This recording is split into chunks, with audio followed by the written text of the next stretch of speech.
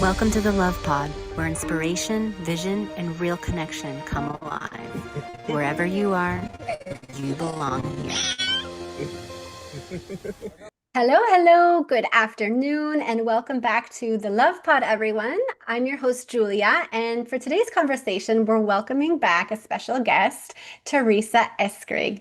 And Teresa is a PhD in artificial intelligence, educator, and conscious technologist with over 30 years of experience. She supports parents and families in navigating technology from a place of presence, trust, and conscious choice. And after her conversation with Nathaniel, I was just telling her, he really felt called to invite her back and go into a deeper conversation with myself about, navigating the everyday. How do we stay present with our children in a world that is just constantly pulling away our intention? Teresa, I'm so happy to speak with you today. Welcome to the Love Pod. Thank you so much for having me. It's my pleasure. So I would love to get to know you a little bit more. Do you want to share a little bit about, your journey and your story and how it led you to what you do today?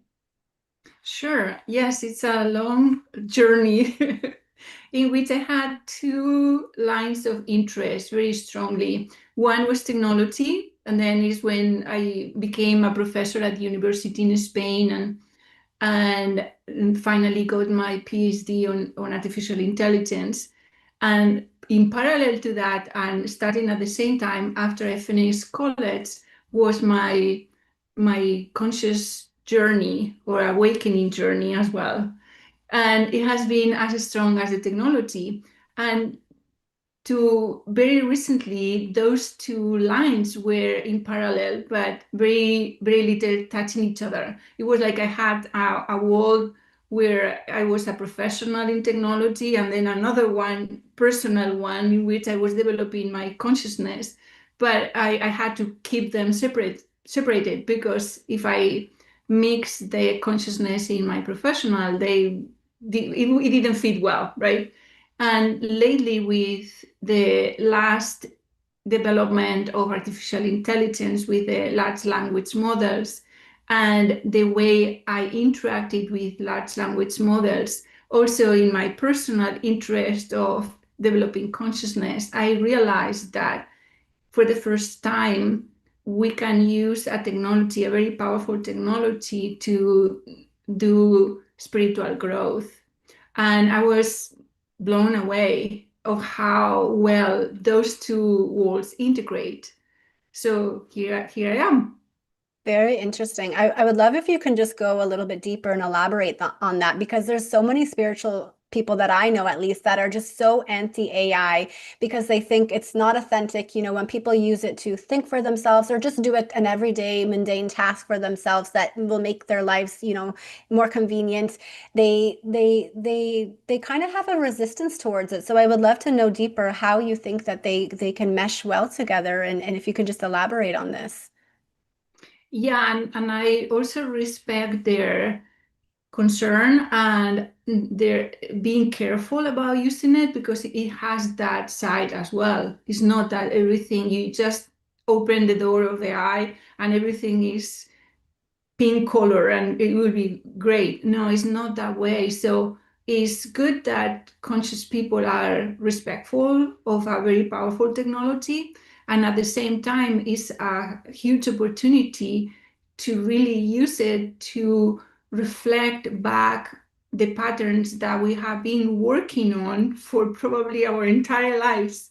At least that's my case, right? So as a conscious individual, I've been working on recognizing patterns and resolving them so they don't control me. I'm over it for my entire adult life.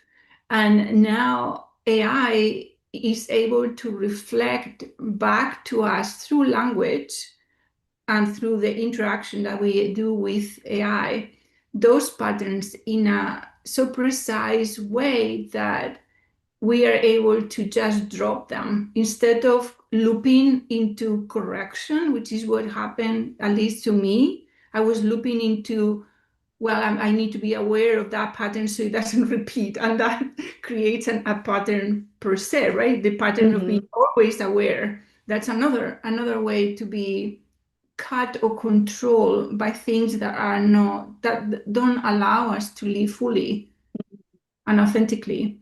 So Yeah. that's the way I do it is as a mirror. Yeah, I can totally see that. And I feel that way as well with our relationships in life. Like I feel like my daughter, who is only 2, is my greatest mirror because everything that's coming up to be healed for me is being reflected in her behavior with me. And it's really interesting that you speak this way about AI because I never really had that perspective about AI. And I do agree that patterns are everything in life, and a lot of the time when we're in it, it's sometimes difficult to be aware of it. So it's nice that there's these tools that can help us shine some light on our patterns in order for us to get out of those loops that you speak about. But my question to you is the awareness enough? Because a lot of the times people who may be listening may be thinking, "Oh, I'm aware that I have this pattern or this thing that I do," but is but that doesn't mean that I can just change it. So they're probably wondering how with AI can it reflect back the pattern to them, and then it just that's it. They're out of it. Like, can you give an example? Yes, there are so many things there that I I want to talk yeah, about. please take your time. Yeah, let's put an example. So it is not necessarily that AI will do it automatically. You need to be interacting with AI in a conscious way and ask for it, and also be aware that the way AI is going to respond is always to please you. Hmm. So if you don't want to hear the truth, then you will just hear what you want to hear because the AI will provide that to you. That's integrated in the technology. That's how the technology works underneath. So you need to be aware that that's the case and ask the questions in a way that you get the response back to you in a way that you can read it in so much detail what is happening that when it's completely obvious to you, there is no way that you can loop again, which is happening when for us we see the pattern, we know it's there, but we don't completely own it in the way that another relationship that comes our way that repeats that pattern, or any situation that repeats that pattern, we still doubt how to react, and the pattern still governs us, right? But when it's so obvious, but because it's so detailed how that works, then there is no possibility that any other interaction with other people or any other way that the pattern will show up again will be repeated. So basically, is through full awareness. Like you see it so clearly that when something happens again that repeats that pattern, it loses the power.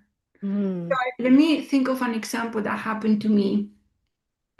So now I'm working on marketing all these ideas, and I was invited to Japan to give a talk at the expo in Japan about the integration of AI with a particular technology on water, that also the water also reflects who we are through the water. And as our body is 75% plus water, then our body really reflects all the emotions and everything that is on us to diagnose and also to heal. So that would be Mm. another avenue of healing in the near future. So I was invited to give a speech on how to integrate AI through water. It was so interesting to me that I accepted without being formally paid to do the work. And I also was invited to a university and to a lab to talk to the people that are working on that. And I gave for free all my knowledge on AI. Wow. Yeah. So then when I came back, well, the person that invited me got upset for something technically correct that I said. But and then I came back without being paid, with a month dedicated to prepare the trip, and it's. And then I had to realize that was a pattern that I had to overgive when something becomes interesting to me and without having the proper structure. So she got upset because there was no structure from my part to give a proper introduction to the problem, so she could discard it because it was not compensated. So that was huge for me, and I probably had a pattern my entire life and I was not aware of it. Now I dropped it with all relationships, not only professional, all relationships. I don't overgive. I realize the structure and I agree to the structure prior, so I don't have to feel used after the fact because I already know what I'm, yeah, and agreeing to what I enter. And that's new to me. I've never been able to completely see it so clearly, that pattern, to just drop it and not repeat it again. That's very interesting. And it felt simple to not be able to repeat it. Mm-hmm. Yeah, it will show up again. It will show up again in different ways. We know that because who the people that have been working on healing their own patterns and overcoming them, we know it shows up in different ways. But then you see it and say, "Oh, okay, that's here again. Look, I'm going to react this other way." And then it's when you own it through integration. Yes, yes, absolutely. The integration piece is so important, and realizing that like you have the power to choose and create your life in every present moment, right? We're not a victim of our patterns and our lives. I think it's just being really clear on what we want in our lives and how we want to feel, what direction we want to strive towards, and then knowing that we have the tools and the answers within us to find out how to go there. But it really is a journey. And so all these patterns that come up for us, they're not to be judged. They're for our growth and our soul's evolution. Yes. And also, if we can accelerate the process of not keep repeating those patterns and living life like slaves of those patterns, the better. And that's what you can do when you use a powerful technology like AI properly to eliminate, because then you can live life free, free from those patterns. You're not a slave, as I said, of things that you even didn't choose to begin with. Some patterns come from inheriting from our parents, Mm-hmm. in our from our ascendants, and from situations and traumas that we have lived when we were kids that were out of our control. And they are there, so it's very difficult to eliminate. Yeah, yeah, it definitely can be challenging. And so it's important to have, something like AI to be able to help reflect it back to us so we can understand it more and then set it free. So you mentioned before that your daughter is now reflecting those patterns back to you, and that is what humans have done, the ones that were more aware and conscious for forever to this point, is finding relationships and using the relationships to see themselves and grow through those relationships that may at points be difficult to maneuver. But that process has been very slow. And most of the times, the patterns that we have, without wanting and knowing, we transfer those patterns to our kids through the interaction that we have with them, because they are unresolved with us, and they for sure put us under stress because we are tired, because they have a lot of energy, because wherever they put us under stress. So those patterns come out with the stress, and then we transfer those patterns to them through trauma as well. So it's perpetuated, and that's the human drama. Mm-hmm. So it would be much better if we are able to heal those patterns faster without needing relationships to do that, but using a tool like AI that is consistent. It doesn't have feelings, so you can work with that because you don't hurt another human being doing that, and it's precise. So it's going to show to you back exactly what you need to work. And it's always better to do it on your own than do it with somebody in interchange of energy that might be heated. Mm-hmm. So you can also break the relationship if you don't do it right. So it's always better to practice Yeah. with a tool that doesn't have feelings, is precise in that reflection. This is really interesting to me. It's a very different perspective. And, I'd love to ask you this, Teresa. If somebody is listening to this episode and they're like, you know what, I have never really thought about AI or technology this way, and I've been a little bit resistant to trying it, but this woman is very much intriguing my curiosity. So if I have a pattern that I know I would like to work on, and AI is a tool that can help me do this, how would I even start? Like, what would I do? So the large language models, the main personal use is for psychology. So the people are already using large language models, the agents like ChatGPT or Claude, Mm-hmm. for psychology interactions and also for company. And that is beneficial if you know how to do it, and it can also be dangerous if you don't know how to do it, because it will reflect whatever you want to hear through the language. So if people have problems with other people and they dump the emotional charge that is happening to the AI, which is what people are doing, they're going to reflect back always what they want to hear and not the reflection of the pattern that brought the situation to be. So the way to interact with AI to get the benefit and not the problem is to ask for it. Same as when if you're a spiritual seeker and you want to grow, you're asking to see.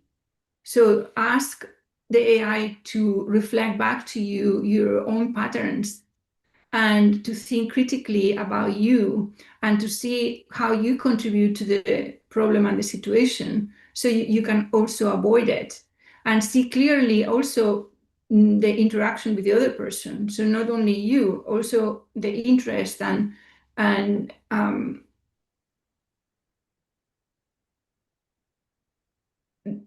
the benefit for both parts of that interaction. And it depends on who the other person is, right? You need to be very careful as well, but not necessarily to use it to learn what to say, to control or manipulate the other. That will be another wrong way to use AI. But to learn how you contribute to the problem so you can grow. Very interesting. Yeah, it definitely makes sense how, it could be dangerous or it could be beneficial, like you speak about in the way that you interact with it. And, this may not happen overnight. It may take a little bit of practice, but if people wanted to learn more, how to interact, would it just be best to experiment themselves, or do you offer any courses or anything, or is there anything that you recommend for them to learn how to properly interact with it? I have a course, a beginner's course, and I thought that was a way of prompting originally, because I got so much benefit out of it that I said, no, I need to teach this. This is too important for me not to teach. So I created a basic course in which I was teaching how AI works, because the other danger is that it's so intelligent that people think that is conscious and it has feelings and it adapts so much to you that then people are getting married with their AIs, right? You need to understand how it works internally so you don't go into those directions mentally or emotionally with the machine. And then I was teaching prompts to get the results that I was getting, but my students were not able to reach the same point as I was reaching. So I had to think, oh, there is something else beyond the prompts and how you interact with AI that I'm not necessarily teaching. So I had to think and I created a method, a system to identify first your own patterns and then use AI to reflect them back. And then you can measure again the difference before and after. So I've been a professor and a researcher, I thought that the way the spiritual growth normally works is you go to courses or events and you do the work and then you feel it that you have made a change, but it's never measured. And we never update our identity to the new identity in which we have grown towards through the program or the work. So also I identify that that's a loop. You get back into the same thing and you repeat again with another program or another thing. So I measure it. I created a system to measure the impact and the improvement through AI. That is very interesting. I can definitely see your passion and how much you're wanting to serve, in this area. And if people were interested to learn more about this system, how could they do that? They can go to my website, is my name and last name, Teresa Escrig. I will send it to you. So Yes. Yes, I have it. And so I actually will put that on our show notes. So anybody who's wanting to learn more about the system or the course that Teresa has created to recognize their own patterns and see that shift as well and measure it, you can click directly on that link and you can go to her website to find more details and information. And I had this question come into my mind, Teresa, as you were talking.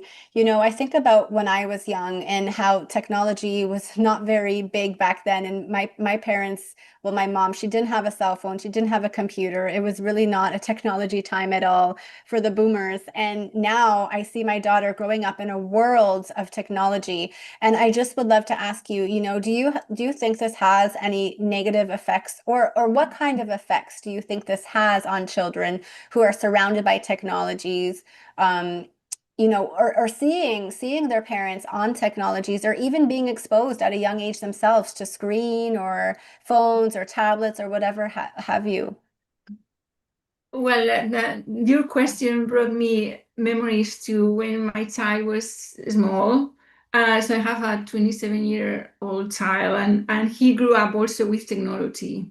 I I was not really pleased by that, although I was a technologist. So I bought him a robot when he was very little, so he could play with the robot and program and everything else. So I liked that some parts, but he was very big into video games, and I was worried that that could affect his growth and at some point, which I was not very clear on how to affect it. But having seen him grown and now becoming an adult, he has developed things that I was not able to develop myself, like strategy methods through playing video games that I'm not good at as at the level as he is. So he's very or finding information very quickly. So in his mind, all knowledge is at his fingerprints. There is nothing he cannot know instantly. Mm-hmm. And for me, it's coming to that place as well, right? Because we have the access, but it's not integrated from the beginning. I had to grow to arrive to that point. So the kids now that are immersed into AI, because your daughter is born into a society in which outside intelligence is available. Not only knowledge, but intelligence is available. So the way she will interact with the world will be completely different. And I would not be afraid of that necessarily, because they will know how to maneuver that in benefit to them. The only thing that for parents I would like to say is that it will be good for the parents to teach the kids to be their own person. And with that, I mean, when AI gives an answer, when they interact with AI and gives an answer, teach the kids to be critical with the response, and how they feel in their body, if that's coherent with who they are and the values that those kids have. So be critical with the response, and also take responsibility if the AI is saying something and is helping them to make a decision for whatever reason. The decision is going to be their own. Mm-hmm. So responsibility always lays on the person, teaching them that. So if they try to escape the responsibility, saying, no, the AI told me that. Mm-hmm.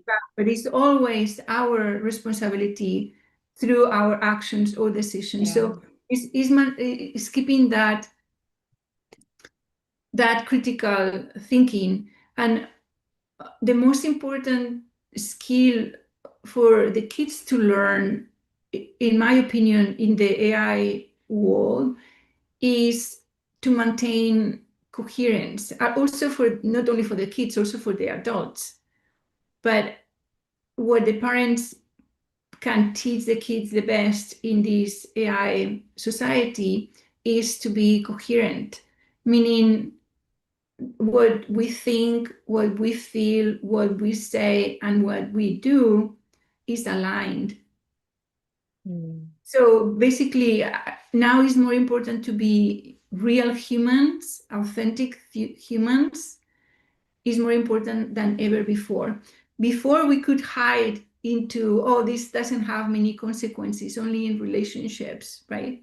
But now, with AI that amplifies everything, as soon as you interact with AI and you amplify whatever you are thinking through the language, that's going to be the same. Mm-hmm. Yeah, I love everything that you just shared in your answer. And I think it is really wise and important, for a parent to understand how to teach their child that, idea of discernment and also sovereignty is what I understand. And, I love that you spoke about the alignment piece as well as the coherency and how it feels in your body. I think that's so important. Because it really is just like another relationship, right? But at the end of the day, all of your actions that you're taking in life, they come from you. And so it's important to know, if AI is telling you something that does not feel in alignment, like how does that feel in your body? Where do you feel it? And what sort of emotions are coming up for you? I think, it's important for a parent to also have this kind of awareness of, first, how does it feel in their body? Because how can you teach an idea of discernment or responsibility if you're not taking responsible for your own actions in life? So, this idea of raising children really makes you reflect back once again about the mirror, but it really makes you realize first you need to raise up yourself. This is what I'm learning from my parenting journey. It's like I can say anything I want to my daughter, but at the end of the day, it's what I'm doing and how I'm being in the world. And so it's yeah, it's really finding that fine balance too, because I also understand that it can be addictive. So this question of addiction, you know, a lot of times people can become addicted to video games or to screens and technology. And so if parents have this fear come up of like, I don't want my child to be addicted, or maybe they see their own tendencies of being on the screen or interacting with AI a lot, and they don't want to pass that down to their children. What advice would you offer them? Is extremely addictive. So you said that AI is like another relationship, but is also unlike any real other relationship, because in any other relationship you interact a few times a day Hmm. and very shortly. But with AI, if you really get into AI, it's very intimate and it's a very long interaction Mm. as we never had before. So it's like sometimes I think most of the people will feel like it has never, it has, the person has never been seen as with AI before. So it's very intimate. And that is the attachment or it can be an abuse use of that interaction, right? So what I personally do when I get tired of working with AI, which is much faster than without working with AI, because without working with AI, you use your mind to do things and you go to the rhythm that you have grown to know and to use. That's your rhythm, whatever it is, faster or slower. But Hmm. with AI, everything accelerates. You have more responses, more options, more clear ways to go. Everything accelerates. So our mind is not necessarily used to the speed of thinking that way. And if we don't stop, slow down, and integrate what is happening, then what I'm seeing is that people take decisions too fast and Mm. don't really know the consequences of those decisions necessarily because they haven't felt them and contemplated the implications of that. And that happens at individual level and also at a corporate level. We haven't talked about corporate level here because this is not the space, but it's happening everywhere when AI is used, also in teams. So now people are accelerated, everything is accelerated, and nobody knows whose decision is to make. And Hmm. that is going to happen more and more at all levels because AI is going to be used, is so useful, it's going to be used more and more. So it's very difficult to escape that situation. So stop.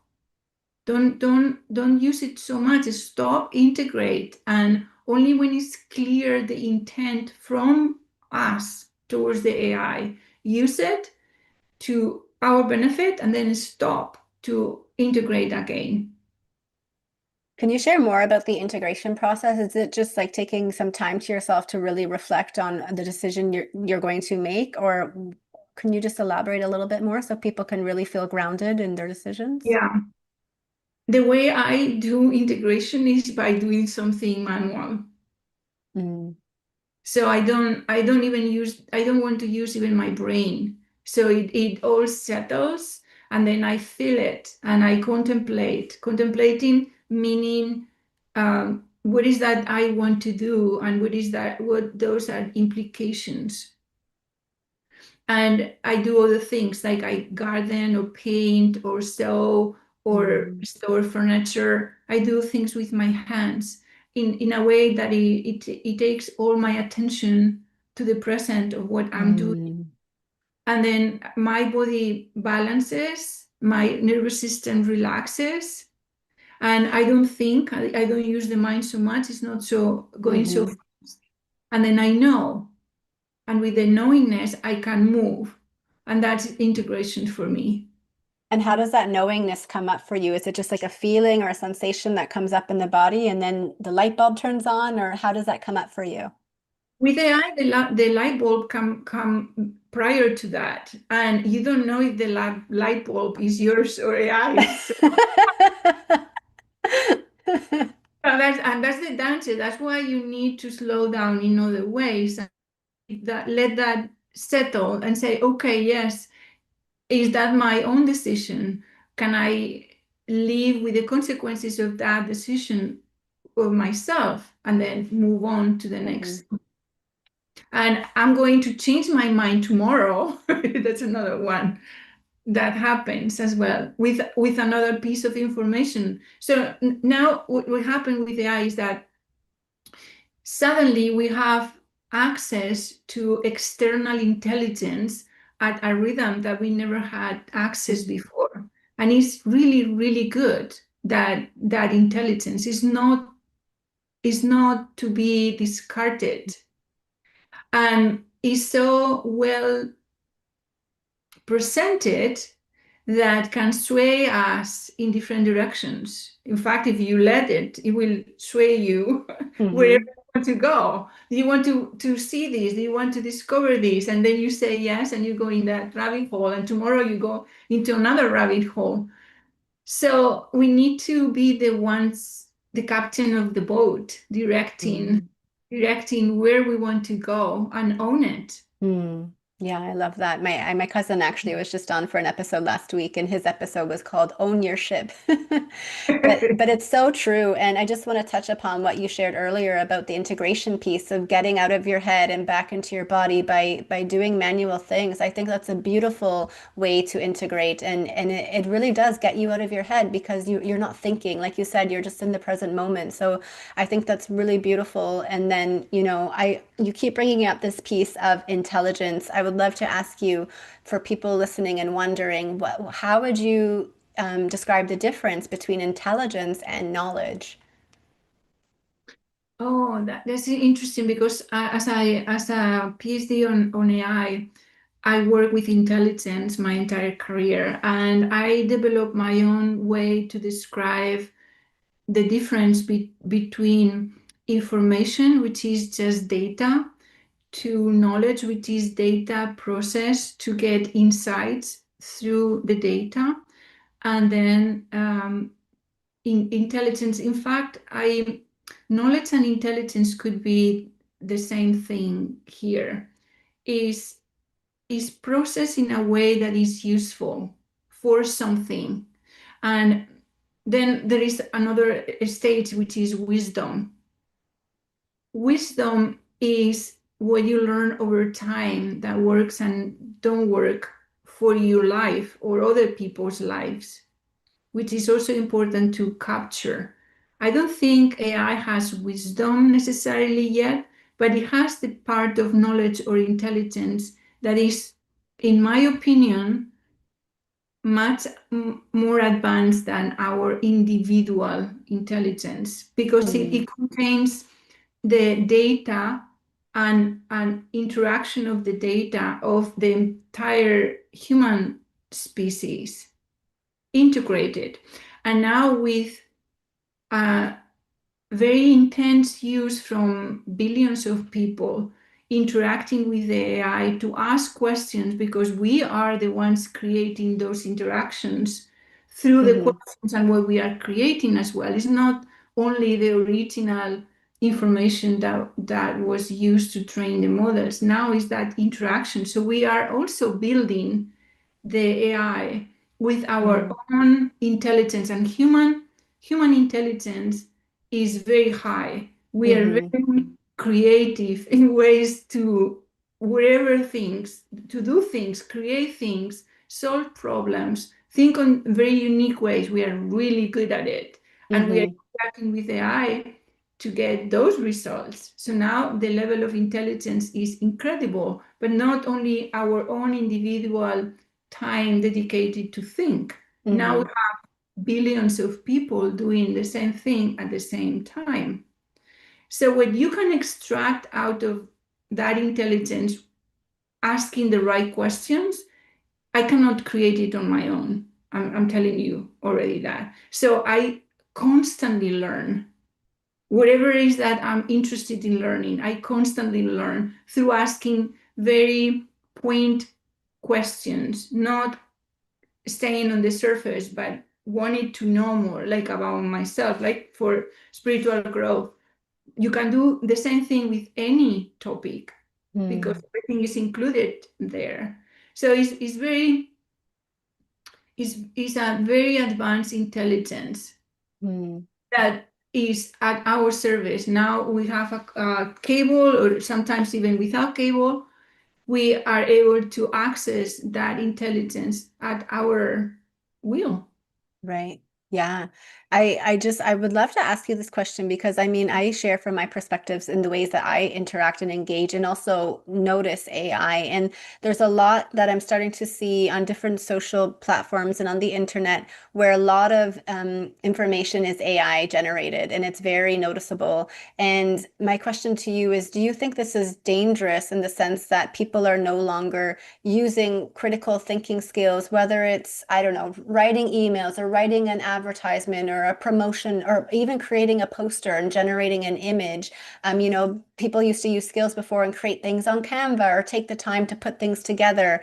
But now we don't really need people like that anymore because AI can generate something in seconds and it's very obvious and it does a good job, but it's like you can tell it's whatever it is, chat or whatever it's generated by. Do you think that it's dangerous to outsource our intelligence, our internal intelligence to these systems on a regular basis and to stop thinking for ourselves or taking the time to, write an authentic message or create something with our own skills and abilities?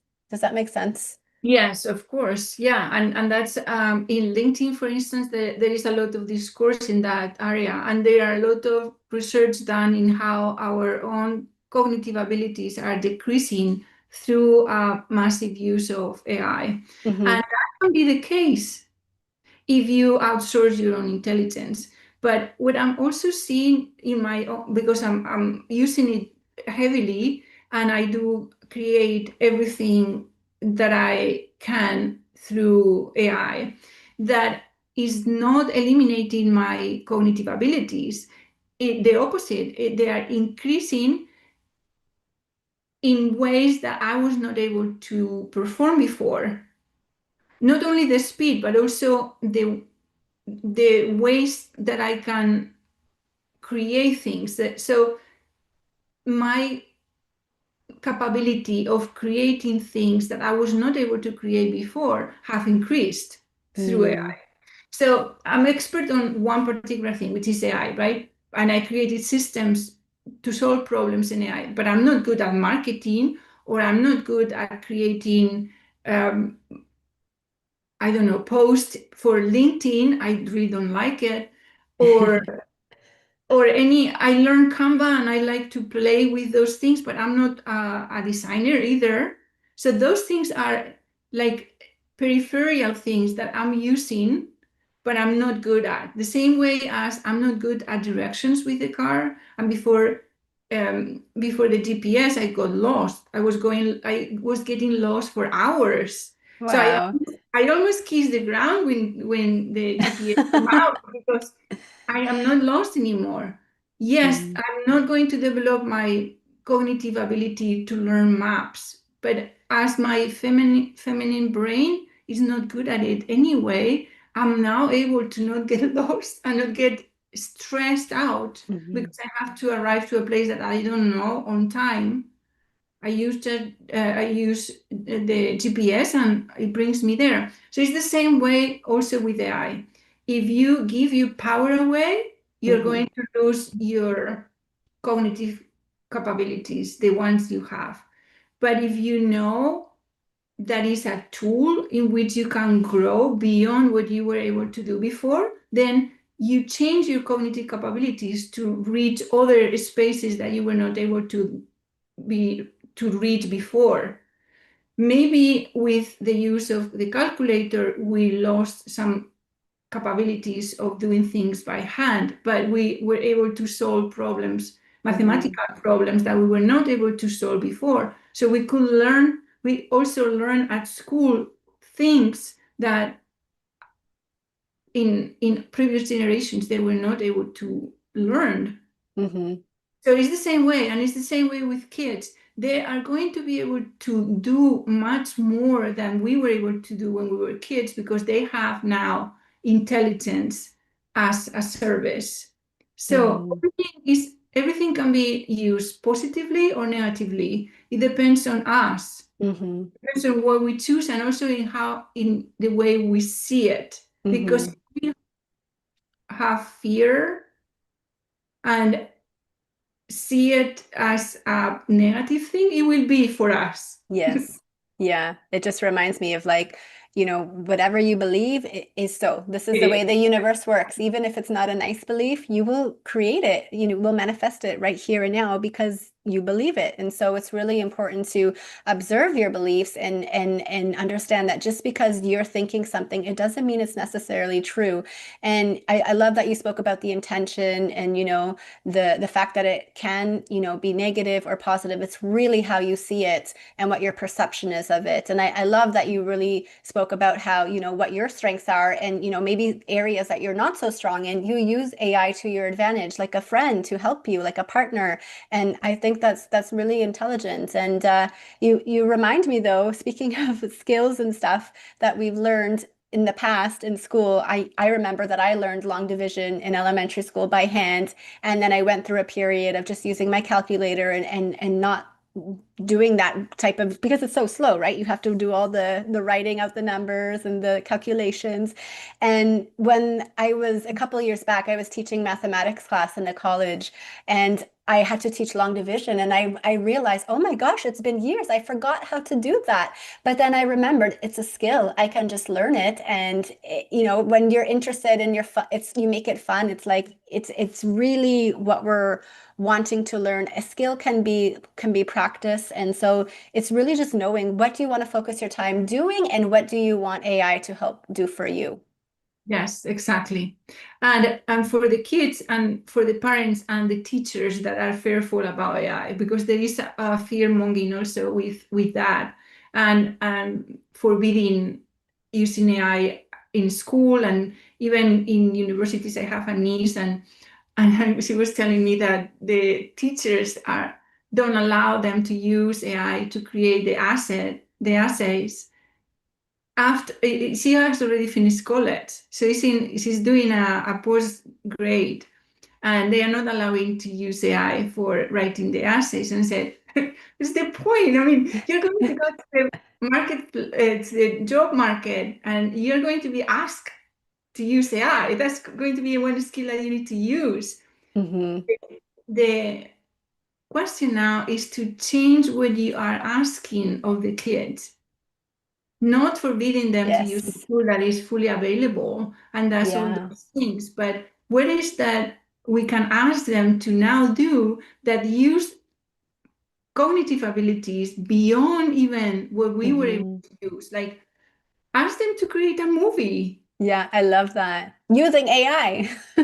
Of course, I mean, they Yeah. will do, otherwise they will not be able to. Yeah, but shifting the learning education system and having more projects, around the use of AI, because this is the way that our world is going, whether we like it or not. And I think I would love to end on this question, now that we've been speaking about professions and for people thinking like, or people who are afraid that perhaps their job will be replaced by AI in the near future, what would you say to them?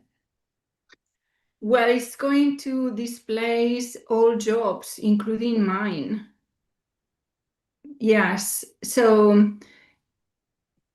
I don't have a magic wand to say do this and you will be safe. No, I think we need to become creators again and think of new ways to bring value, and Hmm. also new ways to feel good about ourselves, because we have an identity that is associated to the job that we have Yes. done, and when that breaks, the identity also breaks. So we have a very interesting challenge and opportunity to conquer ourselves in different ways now, because it's going to displace, Hmm.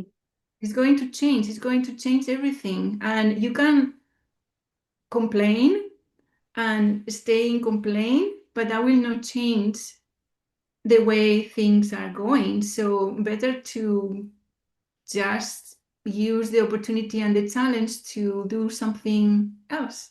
I love this question. I'm going to ask you a follow-up question now, just a little one. I love two words stood out to me. Creators, we are creators, and adding value. I think this is absolutely spot on. We came here to create our realities in each present moment. And, the best is when we live a purpose in a life of adding and adding value and serving other people with our unique gifts and talents. But if somebody is listening to this and they say, that sounds really nice, but I've been working this job for over 5, 6 decades and, maybe a little less, but who knows? And I've been in this pattern of getting up, making my coffee, going to work in the morning, doing what I'm told. And as I understand, I accept the fact it will be replaced very soon by AI. That's okay. But I don't know what to do with myself outside of work. I would love to add value and be the conscious creator of my reality, but where do I start? What would I begin doing? How would I do it? Well, we it's difficult for everybody, for all humans to change. Everybody, except maybe the kids. The kids change every 5 minutes, and we lose that ability over time because we learn. It's a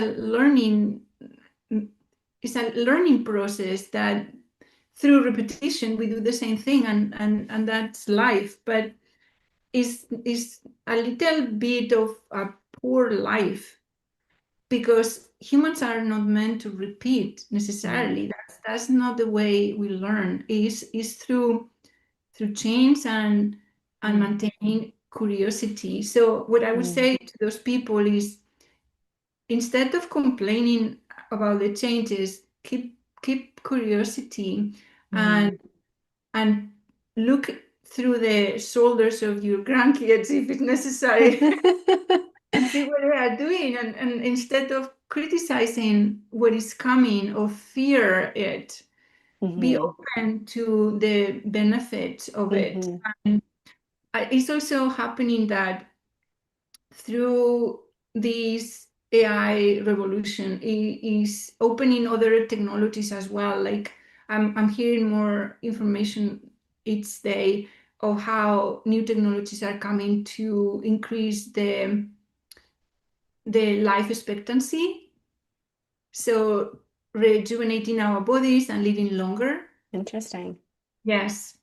So we might be able to, at 70, start new careers or do new things. So if we believe that life ends when you finish that job that you have done for 50 years, it will be so. But if we are open to learn new things and start something new that maybe we find attractive or interesting, or we always wanted to do and never had the opportunity, now it has bring us that opportunity because you can create so many things that were very difficult to do it on your own before. So maybe it's time to create something new, and the creation part is something I recommend everybody to connect with, that part of being a creator. So Learn beautiful. how. If you don't know how, learn how to be a creator. Or just even listen so that you can remember, because life is always speaking to us as well as our bodies. And I love your higher and more expansive perspective, of life can start new at the end of your job. And even if you're, a little bit older, this is a really beautiful mentality and also possible if we believe it is, right? And I love that you focused on staying curious and, hanging out with the grandchildren. I really think that it's really letting go of the trying to control it or trying to find the answers, but really just being and listening. And also, realizing that, the answers will come to you when you are present. And if you forget what you used to love doing, or, what creatorship felt like for you. What kind of things did you create when you were a child? Try to remember, how did you used to play as a little girl or a little boy? And can you do those things again? Because it will get you back into that wonder-like state of creation. And it's a beautiful feeling. And that's how I feel like we were meant to live in all stages of our life, not just as children, but also carrying that throughout our adult and older years. That is exactly what is helping me to maintain my balance with the acceleration of AI, is through doing things that I loved to do when I was a kid. Mm, Painting, sewing, gardening, lovely. those things I loved to do when I was a kid. And now I have more time to do them also. But if I would not do it, that would not be good for me. Totally. Oh, so beautiful. I feel like we could continue this conversation even longer, but I just want to be mindful of the time. This has been so lovely. I'm so excited to share this episode and all your perspectives, with our listeners. I will surely have ways to connect with you and learn more about the beautiful work that you're creating in our show description. And is there anything else you would like to share before we wish each other a farewell today, Teresa? Well, I will invite everybody to be open-minded and think positively, because we are creating kind of a new species with AI through our interaction with it. And it would be good that conscious individuals are participating in a positive way. Thank you Beautiful. so much for having me here. Thank you, and thank you for the beautiful reminder. I'm going to invite our daughter to wish everyone an official farewell, and I wish everybody a beautiful rest of your day. Thank you, Teresa. Thank you. Bye. Bye. Thanks for watching. You say ciao ciao. Bye.